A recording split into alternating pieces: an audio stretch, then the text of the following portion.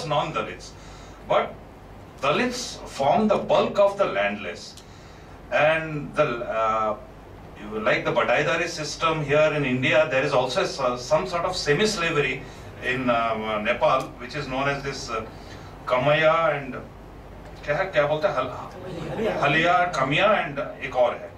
So and if you look at people who really work on the land, these are basically mostly Dalits and other, lower strata of the Nepali version of OBC, it could be. But unless one talks about this kind of bondage and semi-slavery conditions, overall, which is also related with the caste situation and land ownership, I don't think we can, I don't know, this is a paper I am reading, I have to react there after.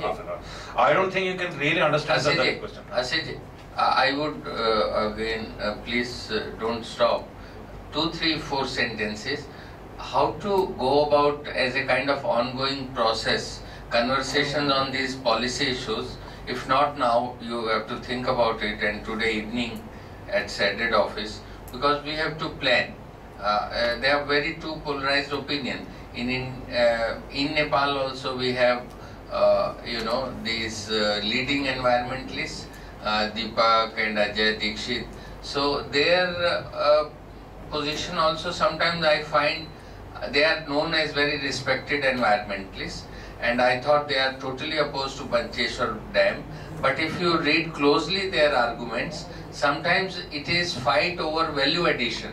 Who does the value addition after electricity is produced? Whether it is the Kathmandu elite or the local elite or the Indian elite, that's the issue they are debating. And Pradeep ji and most of us are opposed to it because it is in the medium term and in the long term, it has very serious negative consequences and it has alternatives. Now these debates we need to do more rigorously in a more systematic fashion also with people and what as Rajanji very ably explained, that it is a sense of generalized discrimination that people do not want to listen any opposition to Pancheshwar also, so that has to be factored in. So now before we break up for lunch, Manoj ji, can I request Pradeep ji to give his winding up remarks of this session, and then we wait for him for Nepal session, and we will come back in 45 minutes after food. So I request now Pradeep ji to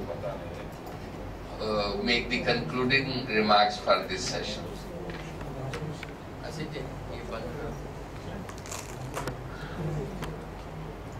मैं जो main चीज है बहस का मुद्दा भी है, वैसे जो वेस्टर्न नेपाल का जिस बिंदु पे आपने बात रखी वो भी हिमालयन एरिया का हिली एरियाज है, बेहतर ये सारा पार्ट। हमारा जो सेंट्रल हिमालय का उत्तराखंड वाला रीजन है ये सारा हिमालय है।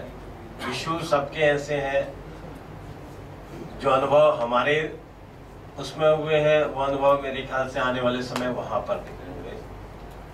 2-3 सवाल है कि जो आपने पंचेश्वर के समय, एक तो नेपाल का जो अपना सोशल पूरे नेपाल की पॉलिटिक्स है कि वेस्टर्न नेपाल और ईस्टर्न नेपाल डेवलपमेंट का जो स्तर है काठमांडू वैली के आसपास है, इधर फार ईस्टर्न में वेस्टर्न नेपाल में बहुत कम गया। ये दूसरे इशू है। बेसिक इशू जो हम सबके सामने है इस समय कि जो हिमालय की जो एक संपदा है, रिसोर्स है, उस रिसोर्स का उपयोग हिमालय के आम लोगों के लिए या हिमालय पर की नदियों पर निर्भर जो तराई है हमारे देश का हो या नेपाल का हो, उन लोगों को हित में हो रहा है, या देश और दुनिया की कुछ ऐसी पावर ऐसे है मल्टीनेशनल है जो वेस्टर्न इंटरेस्ट है, जो पानी का एक समय पूरी दुनिया में जंगलों का उपयोग उन्होंने अपनी संपदा को बढ़ाने के लिए किया। आज वो हिमालय पूरे इंटायर हिमालयन कंट्रीज में, चाहे इंडिया हो, नेपाल हो, भूटान हो, पाकिस्तान हो, चाइना हो, वहाँ पर उनकी नजरें सिमट गई हैं। तो उसका उपयोग, सीमित उपयोग उनकी सीमित दृष्टि के लिए है। ये सवाल है, ये सिर्फ आपका एक अच्छा इशू है कि जो नेपाल का पार वाला इलाका पंचेसर जहाँ पर जाएगा, उन लोग बहुत विकास के पिछड़े हुए क्षेत्र में जो नेपाल का विकास है उसमें सबसे अभी उनकी स्थिति सबसे बैकवर्ड्स की है, तो उनको लग रहा है कि इससे नए अवसर मिलेंगे। हमारे सामने भी जो टिहरी डैम की मैंने आपको बताया, मैं मेरी इंटायर लाइफ का जितनी मेरी उम्र है उसका मेरे ख्याल से 80% हिस्सा उसके विकास यात्रा से जुड़ा हुआ है, तो उसका हमारा एक अनुभव है। और उसमें कितने उस साइड आप लोगों को भी देखना चाहिए कि कितने गांव नेपाल के डूबने की वो स्थिति में है, कितने हजार लोगों की रिहेबिलिटेशन की समस्या है, उसके संदर्भ में नेपाल सरकार का क्या दृष्टिकोण है, भारत सरकार का क्या दृष्टिकोण है। क्योंकि मैं भी जिस कॉन्स्टिट्यूंसी में वहाँ के अधिकांश लोग जाएंगे उनको भी लग रहा है कि विकास होगा, तो लेकिन मैं समझता हूँ मैं एक रिप्रेजेंटेटिव हूँ, तो मेरा काम है, लीडर का काम to lead the people, not to follow the people. मतलब लोगों के साथ ही नहीं चलना है, उनको लीड भी करना है। आने वाले भविष्य के जो सुनहरे सपने दिखाए जाए उनके बारे में भी उनको थोड़ा सा अवगत कराना है। हमारे पास हम ही देखते हैं कि अगर हमारे एरिया में जितने गांव डूब जाएंगे उनको रिहेबिलिटेशन सरकार कहते हैं, लेकिन क्या उसके लिए एग्रीकल्चर लैंड है हमारे पास? क्या वो एग्रीकल्चर लैंड दे पाएगी? क्योंकि टिहरी डैम में तो नहीं दे पा, इससे हम दे पाए। तराई के अगर आपके पास एग्रीकल्चर लैंड है ही नहीं, वहाँ नहीं पाए, तो ये सारे सवालों को भी, लेकिन है कि इसमें नेपाल के वेस्टर्न हिमालय के जो लोग हैं वहाँ के लोगों में और हम लोगों को भी एक दूसरे के साथ डायलॉग भी करना पड़ेगा। और सिर्फ जो हिमालय के अंदर इतनी बड़ी नदियां सिर्फ हिमालय के लोगों की धरोहर नहीं है, ये एंटायर ह्यूमैनिटी की धरोहर है। इसमें नेपाल की तराई अंचल के भी लोग हैं और हिंदुस्तान के जो उत्तर प्रदेश है, बिहार है, जिसको गंगा जमुना हम संस्कृत है, उसकी लाखों करोड़ों लोगों की आजीविका भी जुड़ी हुई है। तो एक जीवित नदी, जिस तरह तालाब में मछली का जीवन हम सब के लिए अनिवार्य है, तो उसी तरह एक नदी का जीवन भी मानव सभ्यता के लिए जरूरी है। अगर हम वेस्टर्न एशिया में, और मैं कहीं पढ़ भी रहा था जर्मनी के में बहुत से, और हमारे वहाँ भी सरस्वती नदी के बारे में ज्यादातर नहीं रह गई। 3 प्रयाग का संगम था 3 नदियों का। सरस्वती के बारे में हम भी सोचते थे मिथ होगा, लेकिन आज मुझे कभी कभी लगता है कि क्या सरस्वती कभी हकीकत रही होगी, जो आज कहीं विलुप्त हो गई है जिस तरह का है। तो इस पर सबको, हम सबको ओपन माइंड से, क्योंकि अभी नेपाल के संदर्भ में नेपाल के पॉलिटिकल क्वेश्चन में भी उन्होंने पंचेश्वर पर ये भी कहा कि इस पर क्या हिंदुस्तान एक बड़ा देश है, वो अपनी हेजोमनी के द्वारा सारे रिसोर्स के अपने कुछ पॉलिटिकल सवाल भी नेपाल के दोस्त होते। आज दोनों गवर्नमेंटों में बीच में एग्रीमेंट है, तो मेरा कहना है कि 2 सरकारों में एग्रीमेंट हो जाए, वो अपना हिस्सा बना, तो जो लोग हैं, तो पीपल्स टू पीपल रिलेशन, उनमें भी तो एग्रीमेंट होना चाहिए, उनमें भी तो डायलॉग होना चाहिए। हिंदुस्तान की सरकार न्यूक्लियर एनर्जी में नेपाल, इंडिया और यूएसए एक साझा मंच में आ जाए, और जो हिंदुस्तान के लोग हैं और वेस्टर्न कंट्रीज के लोग हैं, वो अगर किसी न्यूक्लियर एनर्जी में डिफरेंट व्यू पॉइंट लेते हैं, वो साझा क्यों नहीं हो सकता? तो ये पीपल्स रिलेशन में अच्छा एक डिस्कशन है। और आने वाले संदर्भ में ये, क्योंकि मैं इसीलिए कह रहा था कि सिर्फ वेस्टर्न हिमालय का, सेंट्रल हिमालय का प्रश्न है, आज हिमालय सबकी नजरों में है और यहाँ की रिसोर्स के है। तो लोगों ने जो पिछले 50-60 सालों में, हमने भारतवर्ष आगे बढ़ाया, ऐसा तो नहीं है कि हम पिछले 12 सालों में लोगों की चेतना के इस्तेमाल, लोगों की प्रेस कुछ आगे ही न बढ़ा है। वो जो बड़ी भी हमारी जो कॉन्शियसनेस है, बड़ी भी हमारी जो ताकत है, उस ताकत का उपयोग हम सब लोग मिल करके इस देश के जो रिसोर्सेस है, उस रिसोर्सेस के एक उचित, जिसको कहें समदृशी वितरण में भी सिर्फ सरकारों के द्वारा तय न हो, लोगों की भी उसमें भागीदारी हो। तो अगर ये विचार विमर्श हम करेंगे, हो सकता है इससे बहुत से रास्ता निकलेंगे। लेकिन ये अहम प्रश्न है, आज दुनिया के सामने भी अहम प्रश्न है कि जो पिछले 10 सालों में जो दुनिया में एक इकोनॉमिक फिलोसफी है, जिसकी वजह से लोगों का लगा कि समाजवाद अब एक बहुत पिछली चीज बन चुकी है।